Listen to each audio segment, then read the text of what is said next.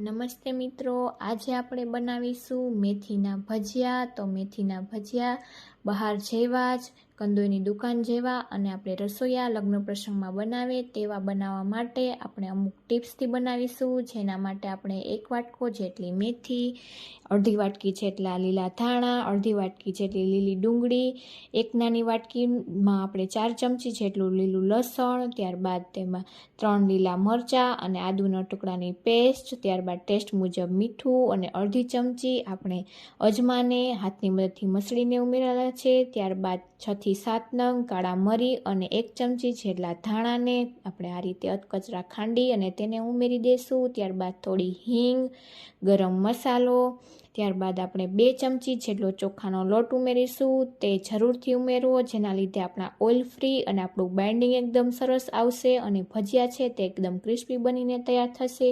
ત્યારબાદ આપણે થોડો ચણાનો લોટ ઉમેરતા જશી અને મિક્સ કરી અને ત્યારબાદ જેટલી જરૂર લાગે તેટલું પાણી ઉમેરતા જશી. તો આ રીતે પહેલાં આપણે 2 વાટકો લોટ ઉમેરેલો, હજુ જરૂર લાગે છે તો આપણે ફરીથી તેમાં 1 વાટકા જેટલો લોટ ફરીથી ઉમેરેલો છે અને ત્યારબાદ થોડું પાણી ઉમેરી અને આ રીતે થીક બેટર તૈયાર કરી લીધેલું છે. ત્યારબાદ આપણે થોડો તેમાં ખાવાનો સોડા અને અડધા લીંબુનો રસ, 2 ચમચી જેટલું ગરમ તેલ ઉમેરી અને આ રીતે બધું જ મિક્સ કરી લેશી અને તેલ આપણું મીડિયમ ગરમ થાય ત્યારબાદ આપણે વડાને તેમાં ઉમેરી દેશી.